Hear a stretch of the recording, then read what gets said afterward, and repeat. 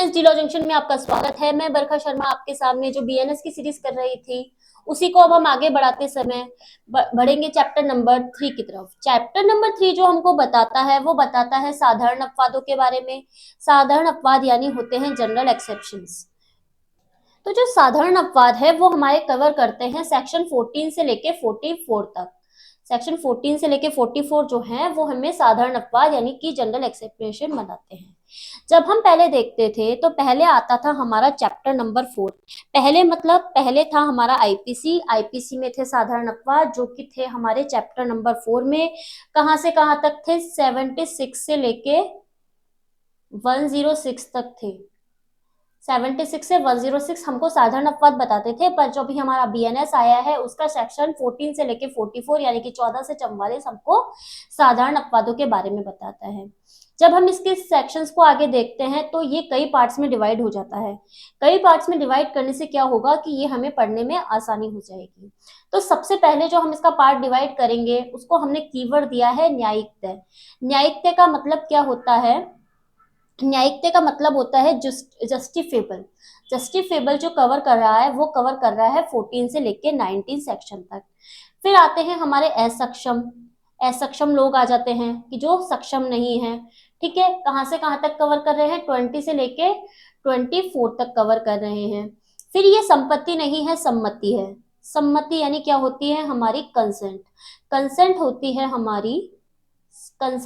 हमारी 25 से लेके 33 तक। और फिर जो लास्टली आता है सेक्शन वो आता है 34 से लेके 44 तक। ये वाला जो पार्ट हमको बताता है वो हमें बताता है निजी प्रतिरक्षा के बारे में, प्राइवेट डिफेंस, यानी कि हमें पीडी के बारे में बताता है। पीडी के बारे में कौन बताता है हमको? 34 से लेके 44 तक। जब हम आईपीसी के सेक्शंस देखते थे तो देखते थे 76 से 81 तक यहाँ कवर होता था। ठीक है, फिर 82 से 86 हमारा यहाँ पे कवर हो जाता था। 82 से 86 और फिर जो विद कंसेंट आता था, सहमति के साथ आता था, वो आता था हमारे 87 से लेके 95 तक। और फिर जो हमारी प्राइवेट प्रतिरक्षा आती थी वो आती थी 96 से लेके 106 तक। तो ये हमें आईपीसी से कंपेयर करके पढ़ रहे हैं तो हमें याद रहेगा कि हमने ये सेक्शंस आईपीसी में पढ़े थे और अब जो बीएनएस में पढ़ेंगे वो ये वाले सेक्शंस पढ़ेंगे। चलिए बढ़ते हैं अब आगे। अब हम इस चैप्टर के महत्वपूर्ण बिंदु देखेंगे, यानी इसके इंपॉर्टेंट पॉइंट्स देखेंगे। कौन कौन से इसके इंपॉर्टेंट पॉइंट्स हैं? तो जब हम इसके इंपॉर्टेंट पॉइंट्स को देखते हैं तो हमें पता चलता है कि इसका जो सबसे पहले इंपॉर्टेंट पॉइंट है वह है कि यह है साधारण अपवाद, जनरल एक्सेप्शंस। इसका नाम है चैप्टर 3। ठीक है, चैप्टर 3 में आते हैं 14 से लेके 44 सेक्शन तक। इसमें कुल 31 धाराएं हैं यानी कि सेक्शन है। ठीक है, सबसे पहले ये दो पार्ट में डिवाइड हो जाता है, क्षम्य प्रतिरक्षाएं और प्राइवेट प्रतिरक्षाएं। जो क्षम्य प्रतिरक्षाएं आती है वो 44 से लेके 33 तक आती है और प्राइवेट प्रतिरक्षाएं आती है वो 34 से लेके 44 तक आती है। जब हम आप प्राइवेट प्रतिरक्षाओं को देखेंगे तो ये भी दो भागों में बढ़ जाता है, शरीर से संबंधित प्रतिरक्षाएं और संपत्ति से रिलेटेड प्रतिरक्षाएं। ठीक है, ये क्या होता है? ये जो चैप्टर है वो बताता है कि हमको आपराधिक दायित्व के सामान्य अपवाद हैं। इसका क्या मतलब हुआ?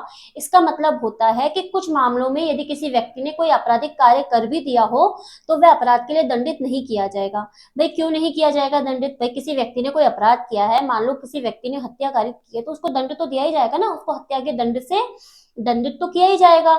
परंतु सामान्य अपवाद एक ऐसी परिस्थिति है जब क्या होता है कि अगर कोई व्यक्ति कोई आपराधिक कार्य कर भी देता है तो उसको उसके लिए दंडित नहीं किया जाएगा, क्योंकि उसका जो मामला होता है वो साधारण अपवादों के अंदर कवर किया जाता है। अन्यथा तो आपराधिक कार्य करने पर व्यक्ति को क्या किया जाता है? उस अपराध से दंडित किया जाता है। मान लो किसी व्यक्ति ने हत्या की है तो उसको हत्या के लिए दंडित किया जाता है। ठीक है, अब आगे बढ़ते हैं। आगे बढ़ के देखेंगे हम सबसे पहले जो सेक्शन आता है हमारा 14। सेक्शन 14 हमको बताता है कि विधि द्वारा आबद्ध या तथ्य की भूल, इसका ये कीवर्ड है। तो क्या बता रहा है कि विधि द्वारा आबद्ध या तथ्य की भूल के कारण अपने आप को विधि द्वारा आबद्ध होने का विश्वास करने वाले व्यक्ति के द्वारा किया गया कार्य। अगर हम इसका उदाहरण देखेंगे तो इसका उदाहरण होगा लोक सेवक। ठीक है, ठीक है, विधि द्वारा आबद्ध, क्योंकि लोक सेवक को क्या किया जाता है? विधि के द्वारा आबद्ध किया जाता है। अगर हम इसके एक्ट की लैंग्वेज देखते हैं तो हमें पता चलता है कि कोई बात अपराध नहीं है जो किसी ऐसे व्यक्ति के द्वारा की जाए जो उसे करने के लिए विधि के द्वारा आबद्ध हो। विधि ने उसको आबद्ध किया है इसलिए वह क्या करता है? ऐसा कार्य करता है। ठीक है, फिर क्या हो गया, या तो विधि द्वारा आबद्ध हो या तथ्य की भूल के कारण, तथ्य की भूल के कारण, ना कि विधि की भूल के कारण सद्भावना पूर्वक विश्वास करता है कि वह उसे करने के लिए विधि के द्वारा आबद्ध है। ठीक है, अगर हम इसको एक एग्जाम्पल से देखते हैं तो क्या है कि ये एक व्यक्ति है, ये एक व्यक्ति है जो कि लोक सेवक है, और ये गिरफ्तार करना चाहता है ए को। ये ए नाम का व्यक्ति है, इसको गिरफ्तार करना चाहता है, परंतु जब ये इसके घर जाता है और इसको मिलता है बी नाम का व्यक्ति, और फिर ये क्या करता है, बी नाम के व्यक्ति को अरेस्ट कर लेता है। तो इसने क्या किया, इसने अगर इस तरीके से देखा जाए तो इसने अपराध कर लिया, भाई किसी और व्यक्ति को गिरफ्तार कर लिया, इसने गलती कर ली। परंतु ये जो व्यक्ति है, ये जो लोक सेवक है, पुलिस है, ये समझती है कि ये व्यक्ति बी नहीं है, ये व्यक्ति ए ही है। ठीक है, इसने तथ्य की भूल कर ली कि भाई ये जो बी नाम का व्यक्ति है ये बी नहीं है, ए है, इसको ए समझ के गिरफ्तार कर लेता है। तो इस जो पुलिस व्यक्ति है, ये जो पुलिस ऑफिसर है, इसने कोई भी अपराध कारित नहीं किया है। तो ये हो गया हमारा सेक्शन नंबर 14, यानी विधि द्वारा आबद्ध या तथ्य की भूल के कारण ये विश्वास करने वाले व्यक्ति के द्वारा किया गया कार्य अपराध नहीं होता। अब हम आगे बढ़ेंगे और आगे बढ़ के जाएंगे सेक्शन नंबर 15 पर। सेक्शन नंबर 15 हमको बोल रहा है न्यायिक कार्य करते हुए न्यायाधीश का कार्य। न्यायिक कार्य करते हुए न्यायाधीश का कार्य, इसका अगर देखा जाए तो इसका कीवर्ड हो गया न्यायाधीश। यहाँ ऊपर हमने लोक सेवक निकाला था और यहाँ पे हो गया न्यायाधीश। क्या मतलब है इस बात का, कि कोई भी बात अपराध नहीं है जो न्यायिक रूप से कार्य करते हुए किसी न्यायाधीश द्वारा, न्यायिक कार्य करते हुए न्यायाधीश द्वारा किसी शक्ति के प्रयोग में की जाती है, जिसके बारे में उसे सद्भावना पूर्वक विश्वास है कि उसके पास वह है, उसे विधि द्वारा कारित करता है। ठीक है, क्या मतलब है कि किसी अगर न्यायाधीश ने कोई कार्य किया है और उसको इस तरीके का कार्य करने के लिए वो उसको विश्वास है कि मैं ऐसा कार्य करने के लिए आबद्ध हूँ, तो वो क्या कर सकता है, उसको इसके लिए दंडित नहीं किया जाएगा। न्यायाधीश है, किसी व्यक्ति को दंड देगा तो क्या होगा, उसके लिए उसको दंडित थोड़ी ना किया जाएगा। तो ये वाली बात है, न्यायाधीश का कार्य बेसिकली इसमें यह है कि न्यायाधीश का कार्य है वो अगर उसने न्यायिक कार्य करते हुए किया है तो उसको साधारण अपवादों में कवर किया जाएगा। ठीक है, फिर आता है हमारा सेक्शन नंबर 16। सेक्शन नंबर 16 हमको बोलता है कि न्यायालय के निर्णय या आदेश के अनुसरण में किया गया कार्य। ठीक है, क्या बोल रहा है ये हमको ये बोल रहा है कि भाई कि कोई बात जो किसी न्यायालय के निर्णय या आदेश के अनुसरण में की जाए या उसके द्वारा अधिष्ट हो, यदि वह उस निर्णय या आदेश के प्रवर्त रहते की जाए, अपराध नहीं है, चाहे उस न्यायालय को ऐसा निर्णय या आदेश देने की अधिकारिता थी या नहीं, मतलब उसको जुरिस्डिक्शन था या नहीं।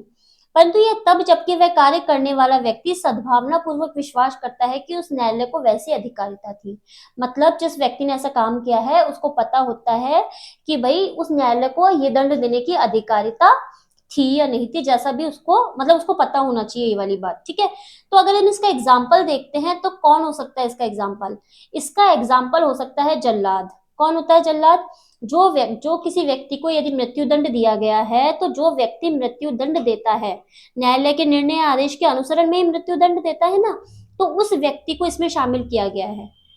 तो अगर जल्लाद के द्वारा किसी व्यक्ति को फांसी पर लटका दिया जाता है तो उसके द्वारा अगर ऐसा कार्य किया जाता है तो उसे अपराध नहीं माना जाएगा।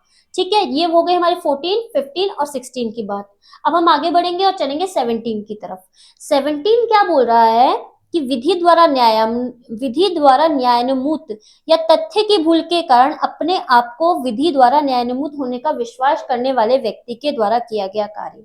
तो इसका मतलब ये हो गया कि कोई भी बात अपराध नहीं है जो किसी ऐसे व्यक्ति के द्वारा किया जाए जो उसे करने के लिए विधि के द्वारा न्यायानुमूत हो, या उसे तथ्य के भूल के द्वारा ये लग रहा हो कि वह उसे करने के लिए विधि के द्वारा आबद्ध है।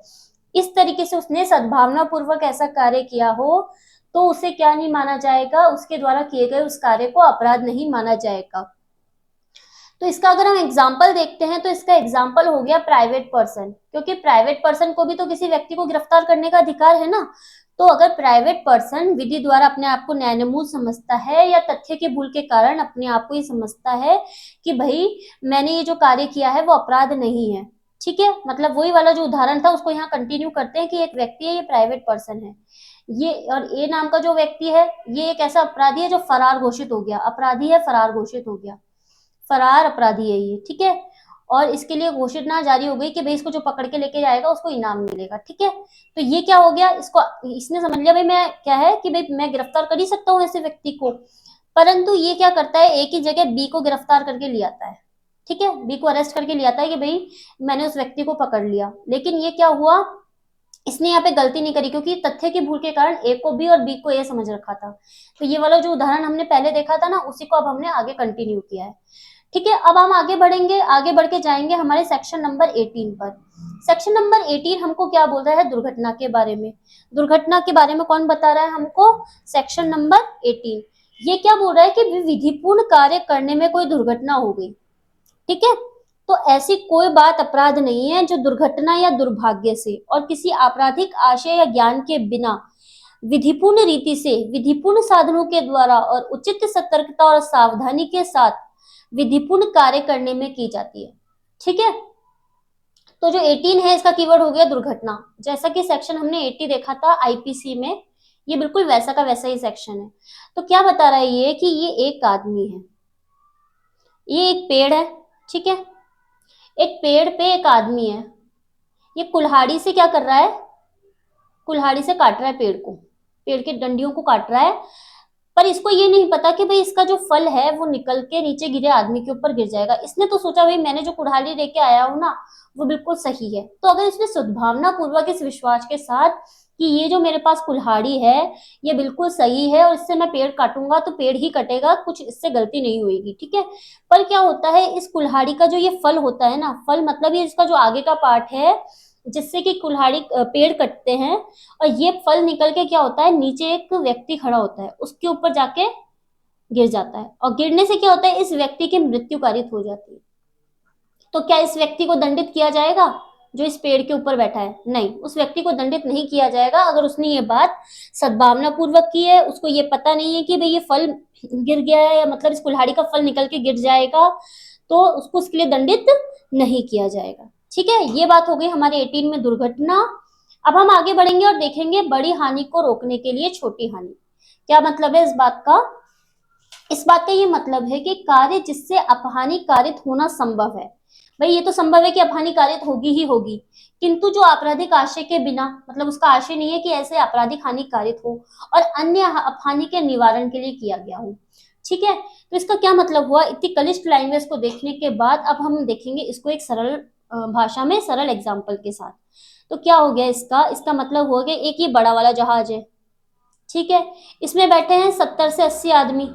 ठीक है, और यहाँ पे एक छोटी सी बोट चल रही है जिसमें बैठे हैं 4 आदमी। ठीक है, ये दोनों बोट एक दिशा की तरफ जा रही है, ये इस दिशा की तरफ जाई जा रही है। ठीक है, फिर क्या होता है, आगे आ जाती है एक बड़ी सारी दीवार, जिससे क्या होता है कि ये अगर ये वाला जहाज टकराएगा ना तो इसमें ये जो 80 लोग बैठे हैं वो मर जाएंगे। तो क्या करता है, ये जहाज अगर इधर टर्न लेता है तो ये जो बोट है इसमें जो लोग हैं वो मर जाएंगे। अब ये क्या करे, तो ये क्या करता है, इसको मोड़, अगर इधर नहीं गया तो ये सारे मर जाएंगे और इधर गया तो ये 3-4 लोग ही मरेंगे। तो ये क्या करता है कि इस गाड़ी को, ये जो अपना जहाज है इसको इधर की साइड टर्न ले लेता है और ये जो चारों लोग हैं इनकी जो बोट है वो डूब जाती है, ये चारों लोग मरते हैं। तो क्या इस व्यक्ति ने, जो जहाज का वो था, जहाज का जो ड्राइवर था, उसने क्या कोई अपराध किया है? नहीं, उसने कोई अपराध नहीं किया, क्योंकि वो बड़ी हानि, ये जो बड़ी हानि थी जिससे 80 लोग मर जाते, उससे रोकने के लिए उसको छोटी हानि करनी ही पड़ी। तो ये वाली बात हो गई हमारे सेक्शन नंबर 19 में। अब हम बढ़ेंगे आगे और बढ़ के जाएंगे सेक्शन नंबर 20 की तरफ। सेक्शन नंबर जो 20 है उससे पहले हम देखेंगे ये जो असक्षम का जो कॉन्सेप्ट है, ठीक है, वो कहां से कहां तक कवर हो रहा है। ये कवर हो रहा है हमारा 20 से लेकर 24 तक, यानी कि 4 सेक्शन हमको बता रहे हैं कि कौन व्यक्ति असक्षम होगा और यदि इसने कोई अपराध कारित कर दिया तो उसे अपराध की श्रेणी में नहीं माना जाएगा। तो देखें, सबसे पहले सेक्शन नंबर देखते हैं 20। सेक्शन नंबर जो 20 है वो हमको बता रहा है कि 7 वर्ष से कम आयु के बालक का कार्य। तो ऐसा कोई भी बात अपराध नहीं है जो 7 वर्ष से कम आयु के बालक के द्वारा की जाती है। ठीक है, 7 वर्ष से कम आयु का बालक है, यदि कोई भी अपराध कर देता है तो उससे दंडित नहीं किया जाएगा।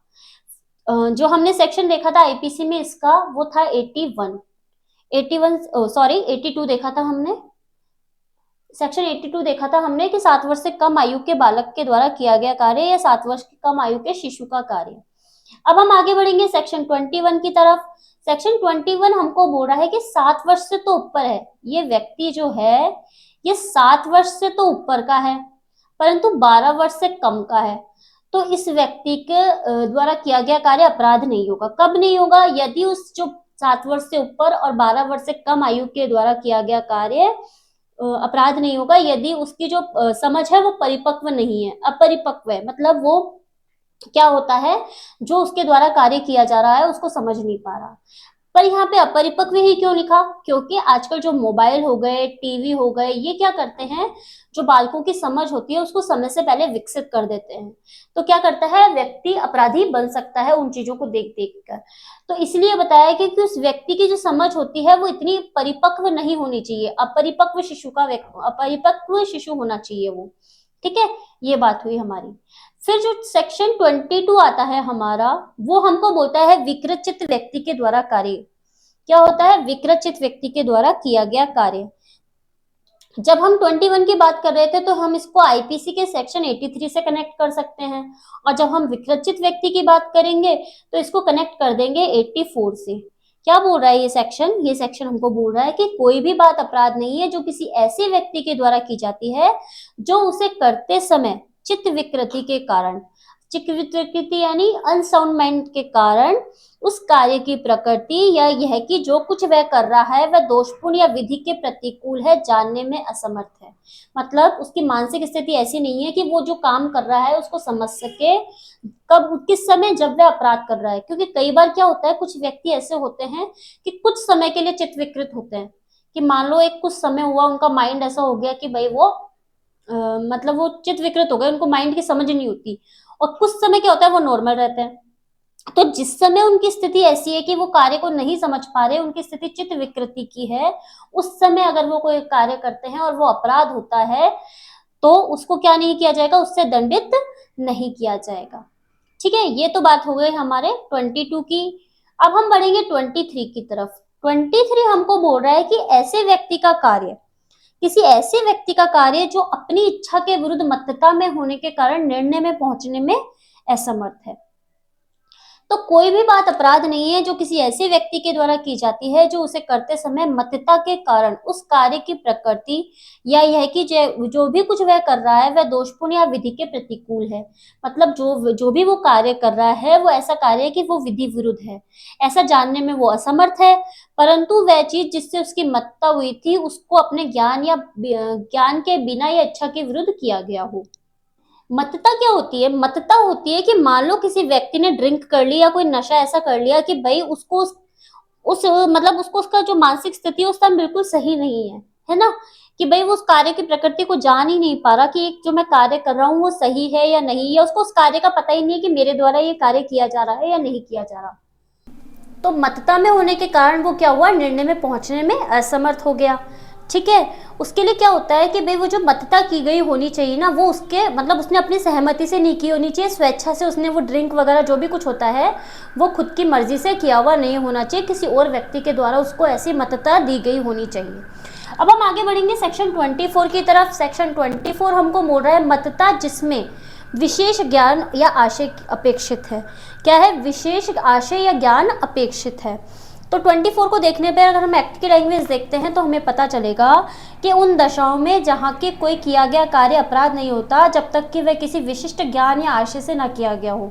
कोई व्यक्ति जो वह कार्य मतता की स्थिति में करता है इस प्रकार बढ़ते जाने के दायित्व के अधीन होगा मानो उसे वही ज्ञान था जो उसे होता यदि वह मतता में ना होता।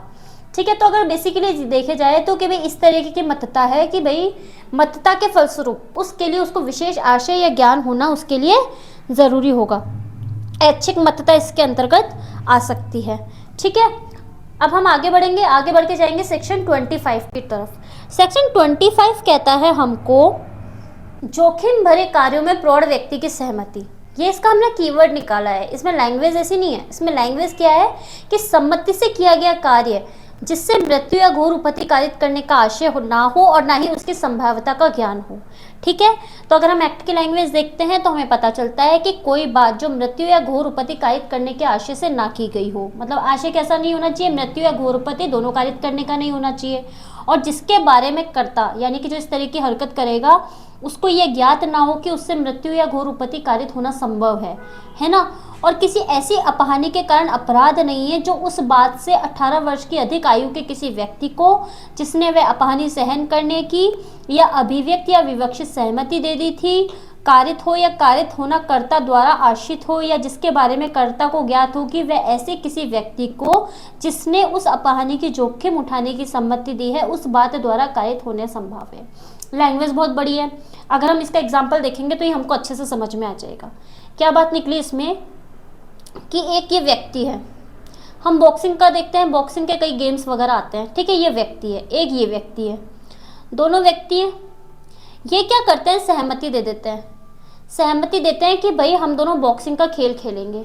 अब भाई बॉक्सिंग का खेल खेलोगे तुम, तो क्या होगा, एक कंसेंट लेटर साइन कराते हैं इनको बॉक्सिंग का गेम खेलने से पहले कि भाई अगर तुम्हें इस तरीके की कोई जोखिम होएगी तो जो भी जिसके भी हाथ से इस तरीके की हरकत होगी कि मानो उस व्यक्ति को कोई क्षति कारित हो गई या कोई घोर उपपत्ति कारित हो गई, तो उसके लिए इस दूसरे व्यक्ति को दंडित नहीं ठहराया जाएगा। मानो उसके परिणाम स्वरूप इसके द्वारा एक ऐसा पंच मारा जाता है कि ये जो व्यक्ति होता है वो या तो उसको मृत्यु कारित हो जाती है या फिर उसको घोर उपपत्ति कारित हो जाती है। तो क्या इस व्यक्ति को दंडित किया जाएगा?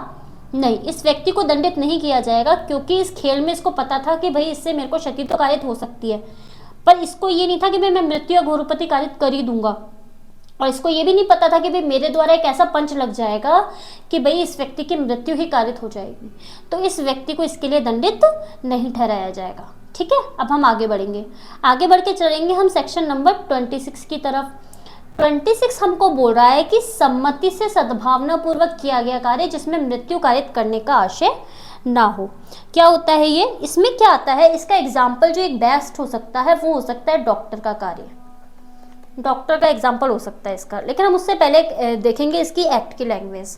एक्ट की लैंग्वेज देखने पे हमको पता चलेगा कि कोई बात जो मृत्यु कारित करने के आशय से न की गई, यानी मृत्यु कारित करने का आशय नहीं होना चाहिए, किसी ऐसी अपहानि के कारण नहीं है जो उस बात से किसी ऐसे व्यक्ति को जिसके फायदे के लिए वह बात सद्भावना पूर्वक की जाए, जिसने उस अपहानि को सहन करने या उस अपहानि की जोखिम उठाने के लिए चाहे अभिव्यक्त या विवक्षित सम्मति दी हो, कारित हो या कारित करने का कर्ता का आशय हो या कारित होने की संभावना का कारित करने का ज्ञान हो। इतना बड़ा मैटर पढ़ने के बाद हमको जो कंक्लूजन निकला है वो मैं आपको बताती हूँ। क्या होता है, जब भी किसी व्यक्ति, मान लो एक व्यक्ति है, ये एक व्यक्ति है, इसका हो जाता है एक्सीडेंट, इसको लाया जाता है हॉस्पिटल, इसको लाया गया हॉस्पिटल। अब ये हॉस्पिटल गया, तो हॉस्पिटल गया तो इसकी हालत खराब, भयंकर सीरियस हालत में ये, तो डॉक्टर क्या करते हैं, डॉक्टर क्या करते हैं, एक कंसेंट लेटर को साइन करवाते हैं। देखा होगा आप लोगों ने, कंसेंट लेटर साइन करवाते हैं। उसमें क्या लिखा होता है, उसमें यही लिखा रहता है कि भाई हम इसको पूरी बचाने की कोशिश करेंगे, लेकिन अगर किसी कारणवश ये मर जाता है तो इसमें हमारी जिम्मेदारी नहीं होगी, क्योंकि हॉस्पिटल इस चीज़ के लिए लायबल होना ही नहीं चाहता। तो उससे पहले क्या करता है, इस कंसेंट लेटर को साइन करवा लेता है। अब इसने जब कंसेंट लेटर साइन कर लिया तो क्या इस डॉक्टर को अपराधी ठहराया जाएगा इस काम के लिए? नहीं, क्योंकि इस व्यक्ति, इसके जो परिजन थे उन्होंने इसकी सहमति दे दी थी कि भाई हाँ जी, इसको बचाने के लिए आप इस तरीके का कोई भी ऑपरेशन वगैरह कर लो। ठीक है, तो इस व्यक्ति के एक्सीडेंट के लिए या इस व्यक्ति की मृत्यु के लिए इस डॉक्टर को लायबल नहीं ठहराया जाएगा। इसमें बेसिकली ये वाली बात बोली है। अब हम आगे बढ़ते हैं, हम चलते हैं 27 की तरफ। अब इसमें आता है संरक्षण नहीं संरक्षक। संरक्षक की सम्मति के बारे में हमको बता रहा है सेक्शन 27। सेक्शन 27 जो ये हमारा 25 था ना, जो बॉक्सिंग वाला था, इसका आईपीसी में सेक्शन कौन सा था? इसमें आईपीसी में सेक्शन था 87। ठीक है, और जो डॉक्टर का काम था वो 88 में था। ठीक है, अब जो ये संरक्षक आ रहा है इसका किस में? इसमें था 89 में। 89 में था हमको संरक्षक की सम्मति। कैसे, क्या बोलना चाह रहा है ये कि कोई बात जो 12 वर्ष से कम आयु के व्यक्ति, कैसा होना चाहिए व्यक्ति, बालक कैसा होना चाहिए? तो 12 वर्ष से कम आयु का हो, 12 वर्ष से कम आयु का तो बालक हो, है ना, या फिर ऐसा व्यक्ति हो जो कि विकृचित हो, अनसाउंड माइंड हो। ऐसे व्यक्ति के फायदे के लिए सद्भावनापूर्वक उसके संरक्षक की या विधिपूर्ण भार साधक किसी अन्य व्यक्ति द्वारा या अभिव्यक्त या विवक्षित सहमति दी हो। इनके काम के लिए, इन दोनों व्यक्तियों के काम के लिए किसने सहमति दी हो? उसके संरक्षक ने सहमति दी हो या कोई विधिपूर्ण संरक्षक हो उसने सहमति दी हो। किस काम के लिए? किसी ऐसी अपहानि के कारण अपराध नहीं है जो उस बात से उस व्यक्ति को कायित हो या कायित करने का किसी कर्ता का आशय हो, संभावता का ज्ञान हो। मतलब मान लो वही एक्सीडेंट के उदाहरण को कंटिन्यू करते हैं कि ये दोनों में से कोई इतने भयंकर बीमार है, इनका एक ऐसा एक्सीडेंट हो गया कि क्या हुआ कि इनको बचाने के लिए वही ऑपरेशन करना ज़रूरी है। तो इसने क्या हुआ, संरक्षक ने या फिर ये जो व्यक्ति है इसके एक्सीडेंट या उसको मृत्यु से बचाने के लिए इसके संरक्षक ने सहमति दी कि भाई इस अपहानि को रोका जाए। लेकिन क्या होना चाहिए, तब तक तो इसको उसमें दंडित नहीं किया जाएगा कि भैया इसको किसी अपराध के लिए। लेकिन उनका क्या होना चाहिए, अपवादों में नहीं आना चाहिए। वो कौन से अपवाद, कि भाई जो संरक्षक है जिसने सहमति दी है उसका मृत्यु कायित करने का प्रयत्न नहीं होना चाहिए।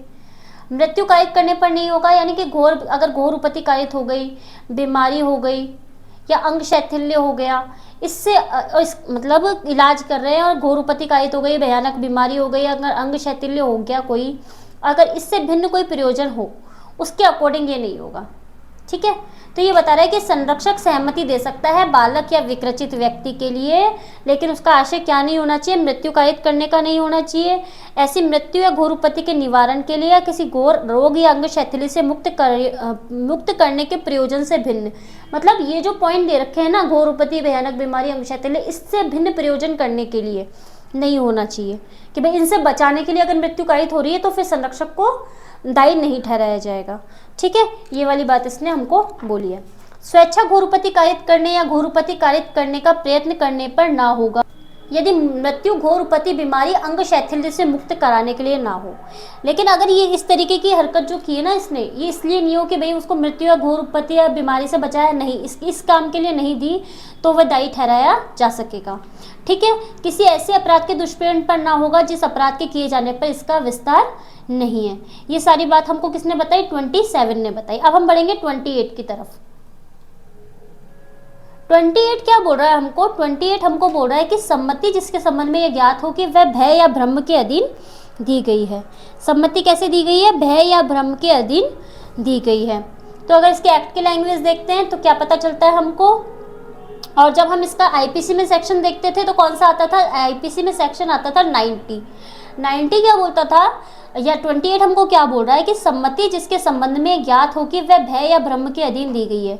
कोई सम्मति ऐसी सम्मति नहीं है जैसी संहिता की किसी धारा से आश्रित है यदि वह सम्मति किसी व्यक्ति ने क्षति के भय के अधीन दी हो या तथ्य के किसी भ्रम के अधीन दी हो, यदि कार्य करने वाला व्यक्ति जानता हो या उसके पास विश्वास करने का कारण हो कि ऐसे भय या भ्रम के परिणाम स्वरूप वह सम्मति दी गई थी, यदि वह सम्मति ऐसे व्यक्ति ने दी हो जो चित्त विकृति या मत्तता के कारण उस बात को जिसके लिए वह सम्मति दे रहा है उसकी प्रकृति और परिणाम को जानने में असमर्थ हो, जब तक कि संदर्भ से तत्प्रतिकूल प्रतीत ना हो, यदि वह सम्मति ऐसे व्यक्ति ने दी हो जो 12 वर्ष से कम आयु का हो। सम्मति किस किस की हो गई भाई, भय या भ्रम के अधीन दी हो, 12 वर्ष से कम व्यक्ति ने की हो, चित्त विकृति के कारण दी गई हो, ये वाली सम्मति इसके अंतर्गत आती है। फिर आते हैं 29 कहता है ऐसे कार्यों का अपवर्जन जो कार्य अपहानि के बिना भी स्वतः ही अपराध है। क्या बोल रहा है ये सेक्शन कि भाई धारा 25, 26 और 27, 25, 26 और 27 के अपवादों का विस्तार उन कार्यों पर नहीं होगा जो उस अपहानि के बिना भी स्वतः ही अपराध है, जो उस व्यक्ति को जो सम्मति देता है जिसकी ओर से सम्मति दी जाती है उन कार्यों से कारित हो या कारित किए जाने का आशय हो या कारित करने का संभावता का ज्ञान हो। अगर हम इसके जो इलस्ट्रेशन को देखते हैं तो हमको पता चलता है कि भाई जो कॉजिंग मिसकैरेज है यानी गर्भपात करना, जब तक कि वह उस महिला का जीवन बचाने के प्रयोजन से सद्भावना पूर्वक न किया हो, किसी अपहानि के बिना भी जो उसने उस महिला को कारित हो या कारित करने का आशय हो, स्वतः अपराध है। इसलिए वह ऐसी अपहानि के कारण अपराध नहीं है। ऐसा गर्भपात कराने की उस महिला की या उसके संरक्षक की सहमति, तो यहाँ पे क्या बता रहा है कि भाई स्वतः ही अपराध है, गर्भपात कारित करना स्वतः ही अपराध है, चाहे से उस महिला ने सहमति दी हो या नहीं, उसके किसी संरक्षक ने सहमति दी हो या नहीं, जो गर्भपात कारित करना है वो अपने आप में स्वतः ही अपराध माना जाता है। ठीक है, 29 ने हमको ये बोला। जो 29 का सेम सेक्शन हमने देखा था वो था 91 आईपीसी के अंतर्गत। ठीक है, फिर बढ़ेंगे 30 की तरफ। 30 क्या बोल रहा है हमको, 30 बोल रहा है सम्मति के बिना किसी व्यक्ति के फायदे के लिए सद्भावना पूर्वक किया गया कार्य। किसका काम आता है इसके अंतर्गत, इसके अंतर्गत आता है स्ट्रेंजर का कार्य। किसका कार्य, स्ट्रेंजर क्या होता है, अजनबी व्यक्ति। सम्मति के बिना किसी व्यक्ति के फायदे के लिए सद्भावना पूर्वक किया गया कार्य। मान लो कोई व्यक्ति है, ठीक है, उसने एक व्यक्ति को, एक्सीडेंट के उदाहरण को ही कंटिन्यू करेंगे कि एक व्यक्ति है, इसका हो गया एक्सीडेंट। तो एक्सीडेंट हो गया इसका, तो ये एक दूसरा व्यक्ति है, ये पास में से जा रहा है, ये पास में से जा रहा है और देखता क्या है कि ये व्यक्ति खून से लथपथ है। ठीक है, ये इस व्यक्ति को उठाता है, अपनी गाड़ी में रखता है और ले जाता है इसको हॉस्पिटल। हॉस्पिटल में जाके बोलते हैं भाई कंसेंट लेटर, हॉस्पिटल घर जैसा लग रहा है, 1 मिनट रुको। हॉस्पिटल में गया, फिर ये जो वहाँ पे जो डॉक्टर वगैरह होते हैं, भाई आपको कंसेंट लेटर, तो ये बोलेगा भाई मैं तो इस व्यक्ति को जानता ही नहीं हूँ, कंसेंट लेटर कैसे साइन कर दूंगा। तो फिर क्या करता है, बिना किसी सम्मति के ये उस कंसेंट लेटर को साइन कर देता है कि भाई अभी तो इस व्यक्ति को बचाओ, बात की बाद में देखी जाएगी। ये कंसेंट लेटर साइन करता है और ये व्यक्ति क्या हो जाता है, मर जाता है, डेथ हो जाती है इस व्यक्ति। तो क्या इस व्यक्ति को लायबल ठहराया जाएगा? नहीं, इस व्यक्ति को लायबल नहीं ठहराया जाएगा, क्योंकि इसने सम्मति के बिना किसी व्यक्ति के फायदे के लिए, यानी इस व्यक्ति के फायदे के लिए ये काम सद्भावना पूर्वक किया था। ठीक है, अब हम आगे बढ़ते हैं, आगे बढ़ के जाएंगे सेक्शन 31 की तरफ। सेक्शन 31 हमको क्या बोलता है कि भाई सद्भावना पूर्वक दी गई संसूचना, सद्भावना पूर्वक दी गई संसूचना, सद्भावना पूर्वक दी गई संसूचना उस अपहानि के कारण अपराध नहीं है जो उस व्यक्ति को हो जिसे वह दी गई है, यदि वह उस व्यक्ति के लिए फायदे के लिए दी गई। मान लो, इसको कैसे उदाहरण से समझेंगे कि ये एक व्यक्ति है, ये गंभीर बीमारी से ग्रसित है, गंभीर बीमारी से ग्रसित है और अब ये क्या है, इलाज, इसको इलाज करना बहुत जरूरी है, पर अब इसको बताना ही पड़ेगा कि भाई तेरे को ये बीमारी हो गई है, नहीं तो ये अपना इलाज कैसे शुरू कराएगा। और एक व्यक्ति जो डॉक्टर है वो इसको बता देता है कि भाई तेरे को इतनी गंभीर बीमारी हो गई है ना, मान लो कैंसर का उदाहरण ले लो कि भाई कैंसर का इलाज करवाना है इसको, कैंसर की बीमारी हो गई। अभी इसको बताता है कैंसर कि भाई तेरे को कैंसर हो गया, तेरे को इसका इलाज करवाना पड़ेगा। लेकिन क्या होता है, ये तो इस बात का सदमा झेल ही नहीं पाता कि भाई मेरे कैंसर हो गया। ये तो सोचा भाई मैं तो कर्जे में डूब जाऊंगा और है ना, मैं कैसे करूंगा, मेरा परिवार कैसे इस खर्चे को वहन करेगा, मैं कैसे जीवन यापन करूंगा, मैं इस बीमारी से कैसे लड़ पाऊंगा। इस तरह की चीज़ों को सोचकर ये व्यक्ति क्या होता है, इसको आ जाता है हार्ट अटैक, हार्ट अटैक आ जाता है इसको, और ये व्यक्ति उसी समय मर जाता है। तो क्या इस डॉक्टर ने या किसी अन्य व्यक्ति ने जिसको ये सूचना दी है उसको इस चीज़ के लिए लायबल ठहराया जाएगा? नहीं, उसको उस चीज़ के लिए लायबल ठहराया नहीं जाएगा, क्योंकि इसने जो ये सूचना दी थी वो सद्भावना पूर्वक दी थी, उसका इंटेंशन नहीं था कि ये व्यक्ति मर जाएगा।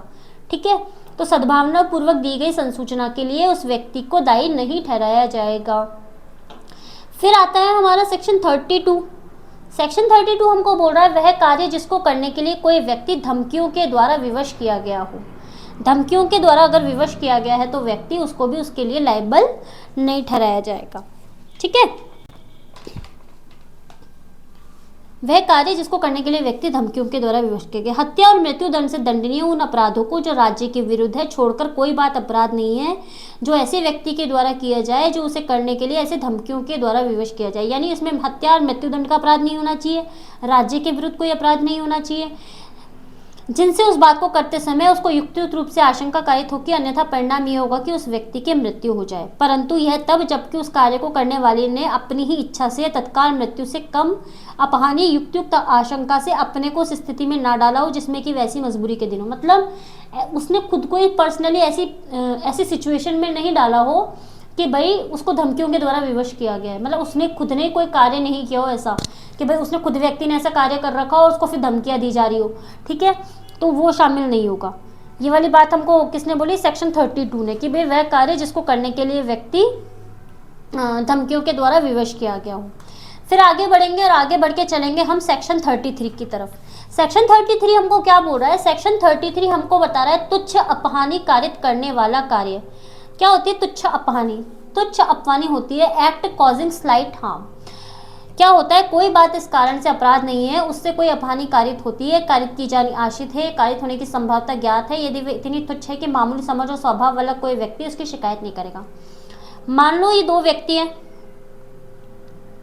एक मिनट, ये दो व्यक्ति हैं, आपस में लड़ाई कर रहे, तू मैं हो रही है, इनके बीच में भयंकर लड़ाई हो गई, तू मैं इतनी बढ़ गई कि इनके भयंकर बीच में लड़ाई हो गई, खतरनाक वाली। ठीक है, फिर ये क्या करता है, ये आदमी इसके एक थप्पड़ लगा देता है या एक घूसा लगा देता है। तो क्या ये आदमी नहीं कोर्ट में जाएगा भाई, शिकायतें करेगा, कंप्लेन दायर करेगा कि भाई नहीं जी मेरे तो ना भयंकर अपहानी कारित हो गई, और ऐसा तो कुछ भी नहीं करेगा ये, क्योंकि ये थप्पड़ मारना एक तुच्छ कार्य है। ठीक है, बाद में इनमें समझाइश वगैरह हो गई, लोग आए इनके बीच में समझौता करा दिया, तो ये एक मामला शांत हो गया। तो क्या इस कार्य के लिए अपराध माना जाएगा? जी नहीं, इस कार्य के लिए अपराध नहीं माना जाएगा, क्योंकि ये